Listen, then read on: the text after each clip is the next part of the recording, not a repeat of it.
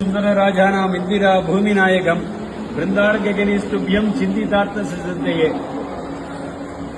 अस्मद्गुरुभ्यो नमः अस्मत्परमगुरुभ्यो नमः श्री विकनस महागुरुवे नमः श्री अगस्त्य परमसिद्धाय नमः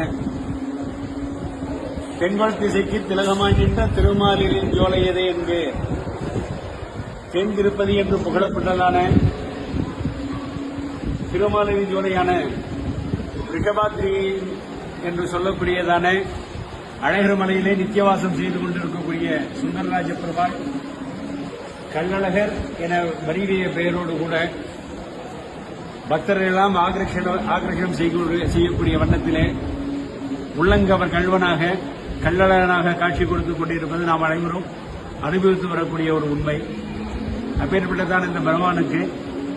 ஒவ்வொரு மாதமும் ஒவ்வொரு விதமான உற்சவங்கள் கண்டருளுகிறார். அதிலே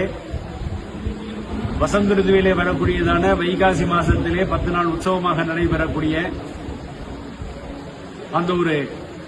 விசேஷ உற்சவத்திற்கு வசந்த உற்சவம் என்று பெயர்.